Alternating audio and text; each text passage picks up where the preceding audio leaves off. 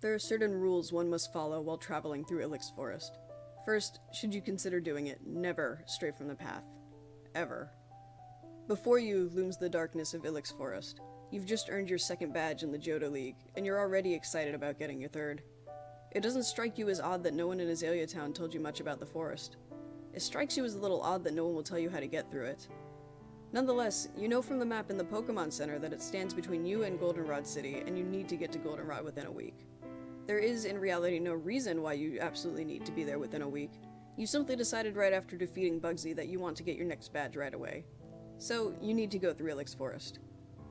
You pass an elderly couple on your way through the pristine checkpoint. They stare at you for a while before the old man turns to his wife. Part of you swears you can hear him mutter, "You know we can't warn anyone, Muriel. Don't you remember what happened to the last kid we tried to tell the story to?" Shuddering, you glance back at them for a second and then shrug it off. It's just your imagination, and you know it.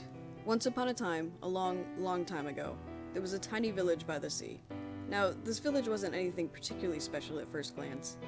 It had its chieftain and its people and its traditions, just like any other village. What made it at all special was the fact that every year, just after the first harvest, all the women took baskets full of fruits and vegetables to the edge of the village and left them there. That was all there was to that ceremony. There were no words from the chieftain. There was no harvest festival. The villagers didn't even share the story behind their tradition unless asked. It was simply understood that the baskets were to be left, and the villagers must not look back as they left them there. Second, should you stray from the path, never take your eyes off it. If you don't take your eyes off it, you will always be able to get back to it. However, the moment you look away, the trees around you will swallow it up. Although it's noon when you start off, the forest canopy with its lush spread of leaves overhead quickly blocks out the sun to make it look like the dead of night. You're not scared. You've been through the ruins of Alph already. You've seen Ghastly and Sprout Tower. You've even faced Team Rocket in the depths of Slowpoke Well. Besides, you have Pokemon with you, high-leveled ones to be exact. After all, you just defeated Bugsy. Your team can face anything. Not far into the forest, you come across a young boy. He's muttering to himself and pacing back and forth in front of a small tree. Blinking, you slowly approach him.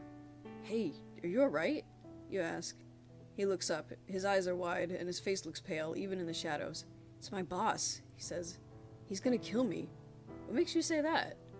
The boy wrings his hands. "I brought his Farfetch'd in here to cut wood, but I don't have any badges, so they wouldn't listen to me and ran off into the forest. I can't get them back. Even if I knew where they were, they'll just run away from me." He hangs his head. "If my boss finds out I lost his Farfetch'd."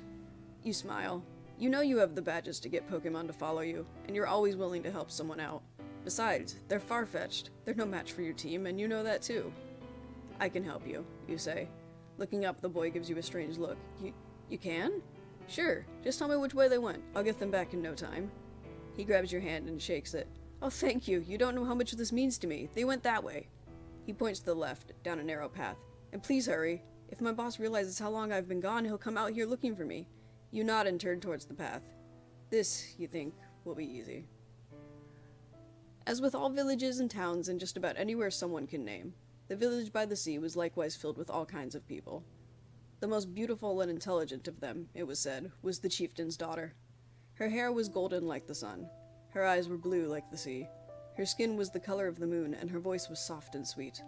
All of the men in the village wanted to marry her, but each year she turned away every suitor who came to her. At the same time, the chieftain's daughter was curious. She always asked questions about everything, and she always demanded answers. There was, of course, nothing wrong with curiosity, but the chieftain's daughter possessed a sense of such on levels that made the other villagers heavily uneasy. Namely, she insisted that the gods didn't exist. "I'm no child, and I'm certainly not simple like so many other people in this village," she would say. "I refuse to believe those silly stories. Tell me why the sky is really blue, and why the sun sets in the west, and why the moon changes every month." And the chieftain would sigh and say nothing, for he had nothing to tell her. How could he explain things to her when it had always been a given that things were the way they were? Third, if you lose sight of the path, you will not be able to find it again for some time. Do not panic. If you flee in any direction, you will only go deeper and deeper into the bowels of the forest until nothing would be able to guide you home. It doesn't take you long to find the first Farfetch'd. There it sits, rooting through a patch of wild onions. Licking your lips, you pluck the first Pokeball from your belt and creep forward. It doesn't even notice you're there. That is, it doesn't notice until you accidentally step on a branch. The wood snaps beneath your weight, and although the forest isn't silent, the sound echoes louder than anything else you can hear. For a brief second, everything falls still and quiet. You don't even notice. The reason why you don't notice is because the Farfetch'd is looking directly at you. You straighten up and extend a hand. It's okay, you whisper. Just stay there. I'm here to... The Farfetch'd bolts into the woods. No, no! Ugh! Without thinking about it, you bolt into the underbrush after it. You're not entirely aware of where you're going, and for that reason, it doesn't take you long to lose sight of the path. The one thing the chieftain's daughter was the most curious about was the basket ritual. She knew that it had to be done, and of course, she did it along with the other girls who were of age. Each year, she would take a basket full of fruits and vegetables to the edge of the village, and there she would place it beside the others. Then, she would retreat back into the village with the other women without looking back.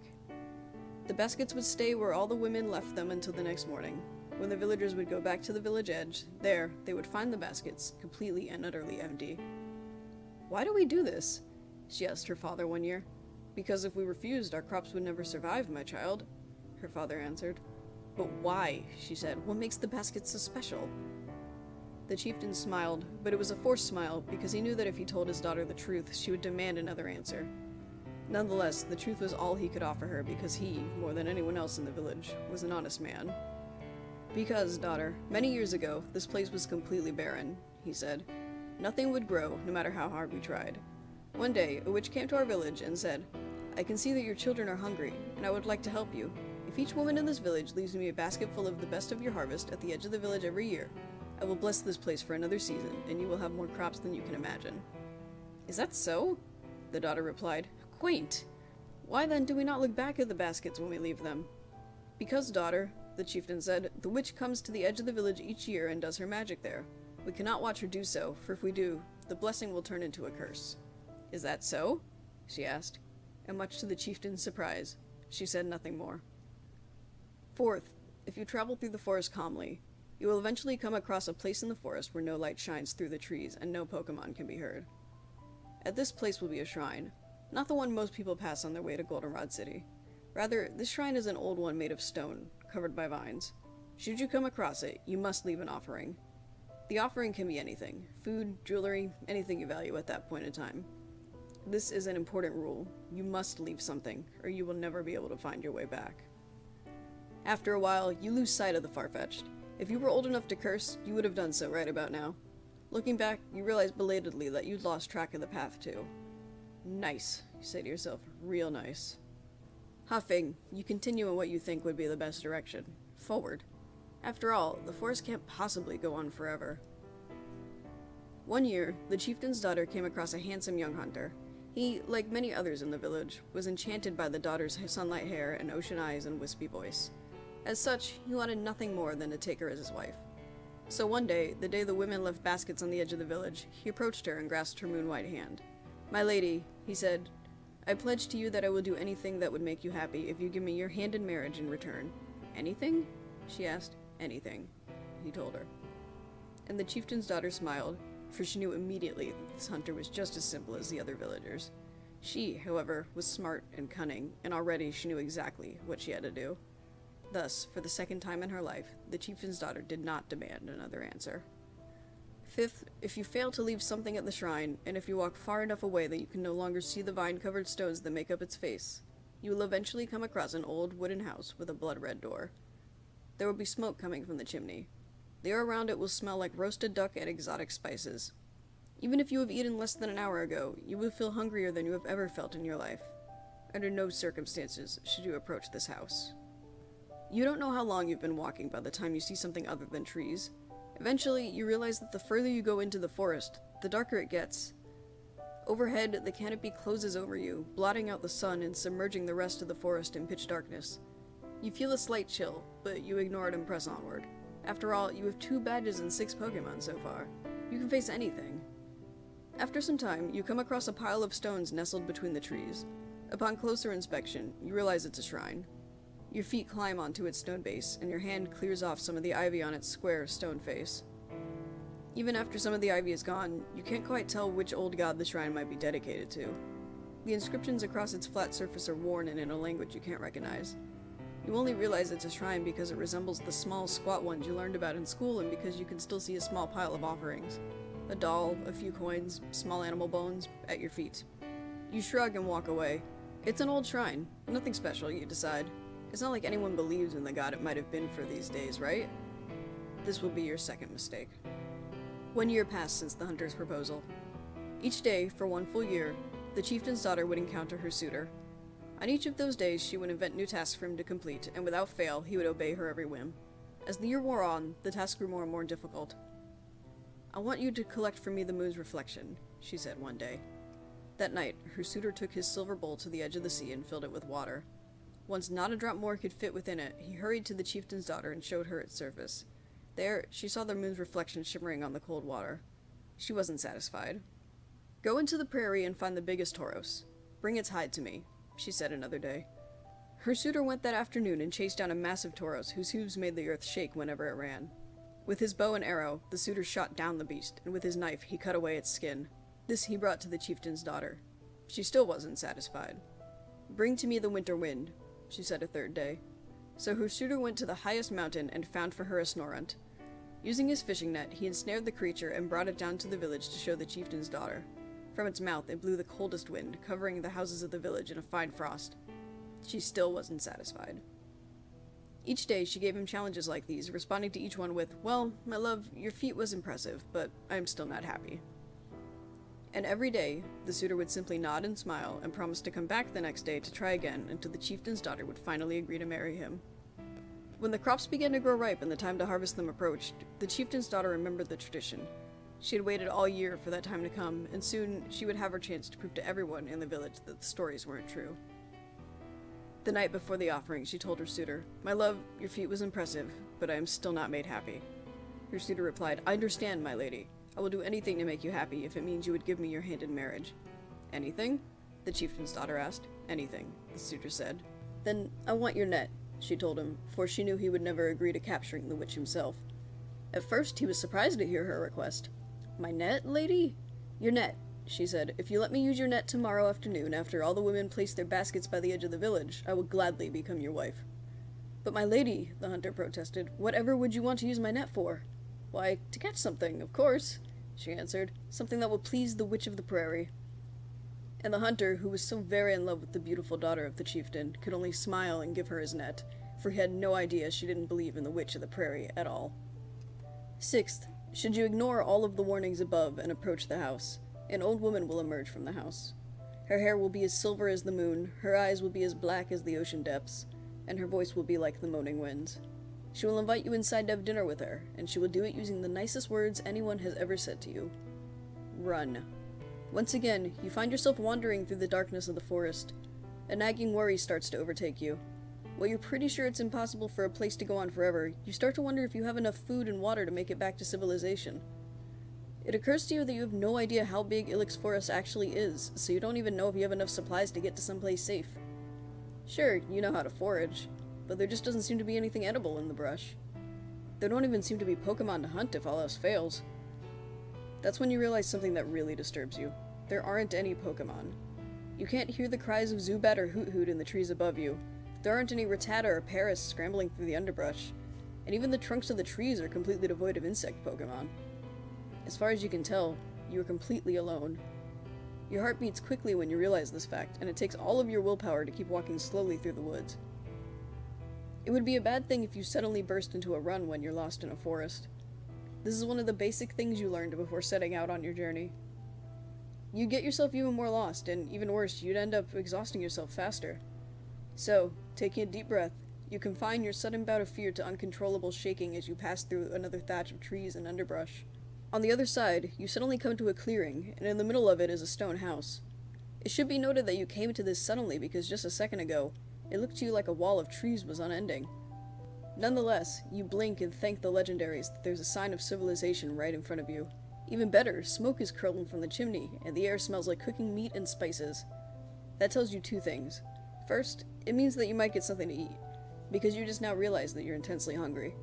And second, it means that there are people inside who might give you directions out of the forest. By this point, you abandon all hope of finding the far-fetched. Instead, you run towards the red door. As if by magic, it swings open, and from the inside of the house you hear a low, female voice. "Hello, dear," it tells you. "What might a nice child be doing all the way out here?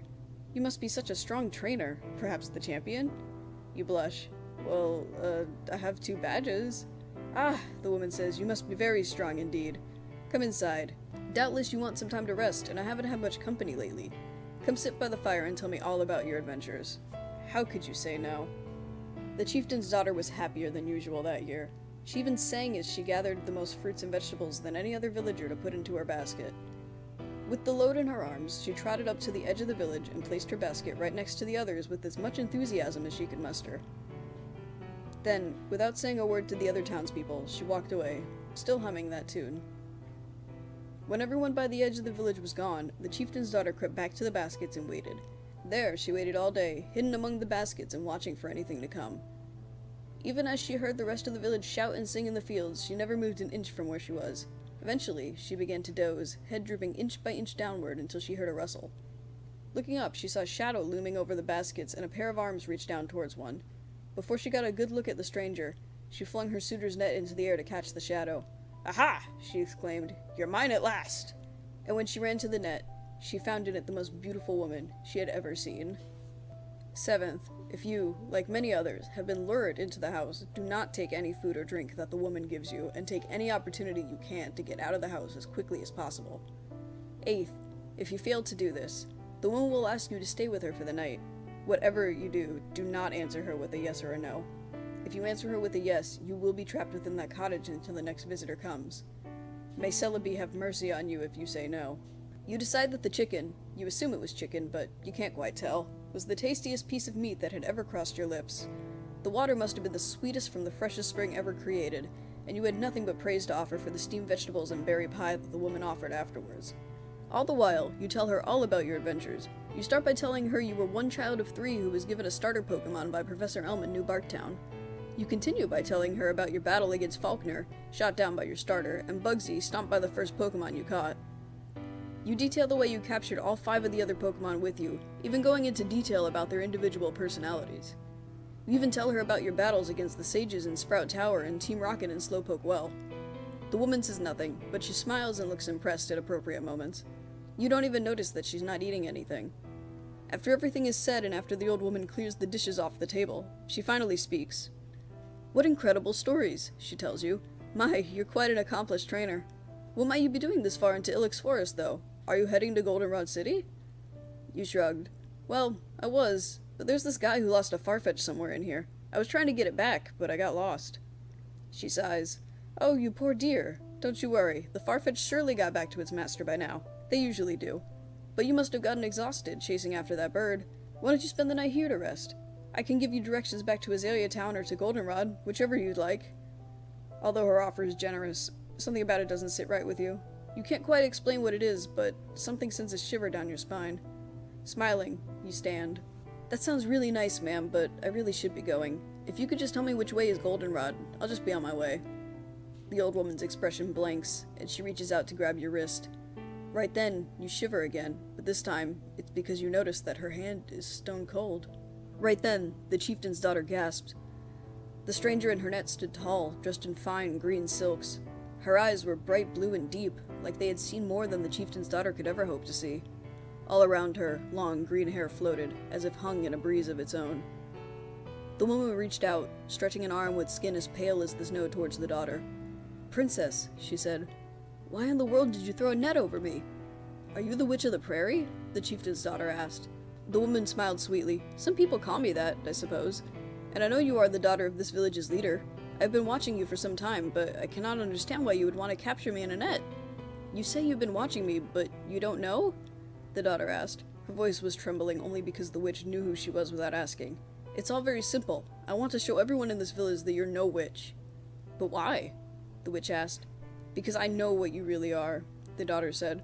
"The stories about witches are silly things, but I figured it out all on my own. You're not a witch. You're a thief, are you not? You steal from this village every year because you got everyone to think you can cast a spell to make our crops grow. Is that not the truth?" The witch listened patiently, and when the chieftain's daughter finished, she smiled just as sweetly as she had before the girl began. Then, she grabbed hold of the net and ripped it in two. "It is true that I am not a witch," the woman in green told her. "However, I am something else. My brothers and sisters would eat your eyes and burn you alive if you said to them what you just said to me." The daughter laughed. "I'm not afraid of you." "Hardly expect you to be," the woman in green replied. "But I will tell you this. I am also not my brothers and sisters. I will let you live, but I will show you what I am. You scoff at this village and its beliefs, so I will bless you by taking it away. Watch.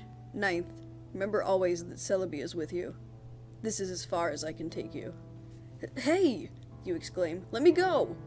The old woman's grip on your wrist tightens. I'm sorry, child. She made me do this. Your joints feel stiff. At first, you think it's just fear, but looking down, you notice something weird. Your skin has turned rough and brown, and small twigs are starting to grow from your arms. You want to scream, but you just can't. Your mouth is open, but no sound is coming from it. The old woman guides you outside. You can feel the chill wind all around you, but it passes right through your clothes and your skin and directly into your bones. Your insides feel hot, like they're trying to boil up against your skin. Groaning, you writhe and try to break away from the old woman, but she simply guides you to a spot near the house. Your feet break out of your sneakers, your toes thrust into the ground. You can feel the moist earth beneath you, but your mind, by then, breaks. Eventually, you can't think straight as your body stretches and thickens. Your legs fuse together into a single trunk, and all of a sudden, you realize in your last fit of consciousness that you never felt a single bit of pain. Discomfort, yes, but no pain. It was almost as if it was natural for this to happen. Looking down at the old woman, you notice another creature standing beside her. At first, you think it's a lady dressed in green, but at second glance you notice that it's a small, pixie-like Pokemon with large, blue eyes turned towards you. Another offering, the woman says wearily. Are you satisfied now? The creature nods. She doesn't say anything. Panicked by the green woman's threat, the chieftain's daughter ran into the village. There, she saw the strangest sight she had ever seen. People everywhere turning into trees. She watched helplessly as her father's arms grew into branches, as his face disappeared into bark, as his legs thrust into the ground where he stood. She watched her suitor drop his quiver and grow leaves around his head. She watched as the children froze where they were, their eyes wide and terrified as they too became trees. After a while, the chieftain's daughter screamed and ran into one of the houses. The lady in green followed her, breaking down the red door without even touching it. There, as the chieftain's daughter sat on the floor and cried, the lady in green knelt next to her and touched her on the head. There, she said. You will not be alone. All around you, the people of this village will always stand around this house. And, if that is not enough, I will always be with you. I've even given you a gift. You will not know how to use it until much later, of course, but I will have time to teach you some other day. She stood. The chieftain's daughter still said nothing. Instead, she could only glare at the woman in green. Someday, the witch said, you will come to love the people of this village as they are, and you will come to love me.